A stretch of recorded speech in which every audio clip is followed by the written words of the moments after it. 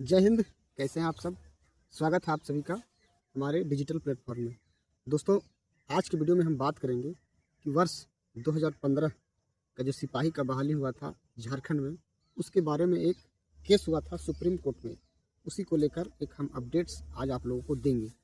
इससे इससे पहले हम पहले भी आप लोगों को इसके जो सुप्रीम कोर्ट में जो केस हुआ था उसके बारे में आप लोग को बताए थे और उसका क्या परिणाम था वो भी हम आपको बताए थे। लेकिन बहुत सारे दोस्त, बहुत सारे साथी कमेंट कर रहे थे कि इसका मेडिकल कब होगा, इसका फिजिकल कब होगा, कि इसमें जो स्टूडेंट पिटिशनर बने थे उसका लिस्ट आपके पास है क्या। तरह तरह के कमेंट स्टूडेंट्स का आ रहा था। तो हम सोचे कि आज एक फुल वीडियो बना देते हैं। तो हम आज उसी के बारे में बात करेंगे। तो साथियों, आप लोग जान रहे हैं कि झारखंड पुलिस में जो पिछली बार बहाली आया था वो 2015 का विज्ञापन था। विज्ञापन संख्या 4/2015। उसी समय बहाली आया था जिसमें Jharkhand police, Jharkhand arm police की बहाली आई थी।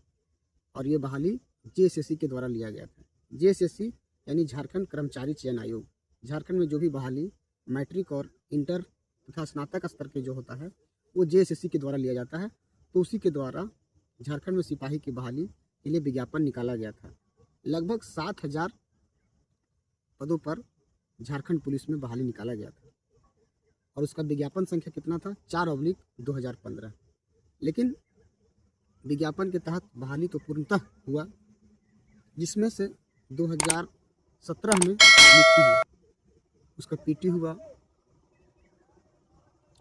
पीटी हुआ, मेंस का एग्ज़ाम हुआ और फिजिकल हुआ, मेडिकल हुआ। उसके बाद 2017 में इसका नियुक्ति हुआ।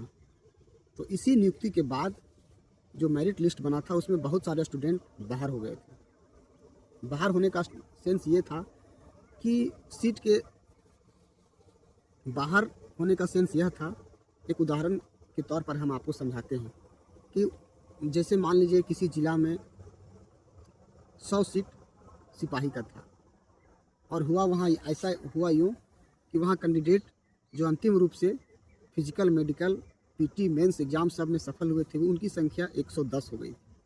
यानी 10 स्टूडेंट वहाँ से बाहर हो गए। इसी तरह करते करते झारखंड के लगभग सभी ज़िलों में बहुत सारे स्टूडेंट बाहर हो गए और कुछ ज़िला में सीट खाली रह गया था।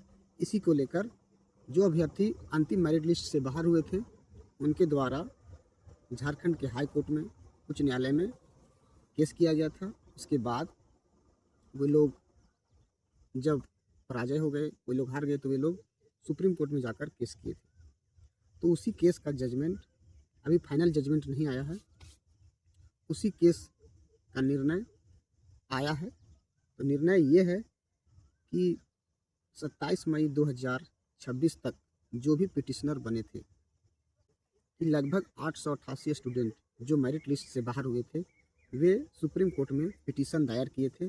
उन लोगों के लिए सुप्रीम कोर्ट ने यह निर्णय दिया है कि यह निर्णय राज्य सरकार को दिया है कि जो खाली सीट जो बच गया था उसमें 888 अभ्यर्थी जो है उनका फिर से फिजिकल और मेडिकल लिया जाए। उनको डायरेक्ट ज्वाइनिंग नहीं देना है, उनको फिर से फिजिकल एग्ज़ाम लेना है और मेडिकल एग्ज़ाम लेना है। अगर यदि वे लोग फिजिकल और मेडिकल में सफल होते हैं तो उन्हें झारखंड पुलिस में बहाली हो जाएगा, उनका नौकरी हो जाएगा।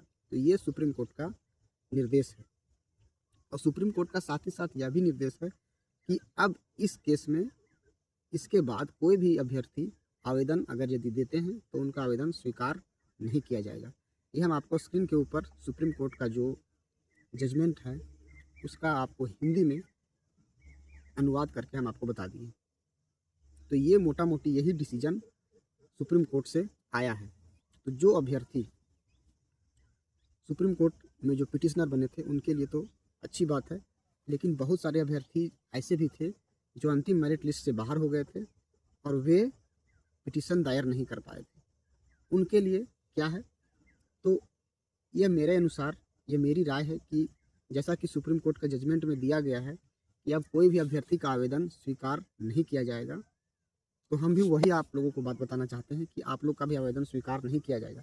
लेकिन कोर्ट है, कुछ भी संभव है। कोर्ट का आदेश सर्वोपरि होता है।